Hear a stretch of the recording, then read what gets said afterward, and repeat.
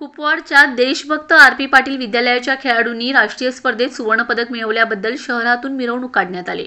देशभक्त आर.पी. पाटील माध्यमिक विद्यालयाचे विद्यार्थी सार्थक हिरे कुर्ब आणि प्रणाली मंडले या दोन राष्ट्रीय खेळाडूंनी सुवर्णपदक आणि उत्कृष्ट खेळाडूंचा सन्मान मिळवलाय। मंडले हिने झारखंड राज्यातल्या रांची इथं झालेल्या मैदानी स्पर्धेत सुवर्णपदक आणि रौप्य पदक मिळवून आपल्या विद्यालयाचं आणि कुपवाड शहराचं नाव संपूर्ण देशात नावलौकिक केलंय।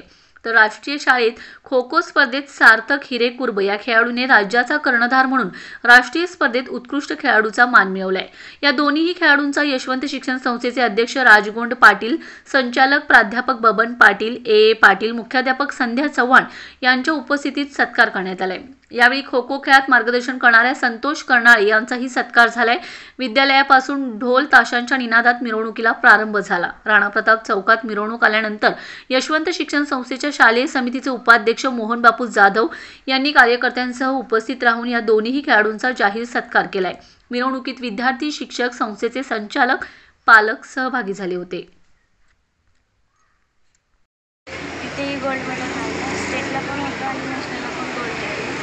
दोन्ही इव्हेंट पण चांगले झाले। या 10 दिवसात मला पूर्ण क्रॉस कंट्रीमध्ये दोन्ही गोल्ड लागले आणि स्टेटला एक सिल्वर एक आणि दोन्ही पण लागले।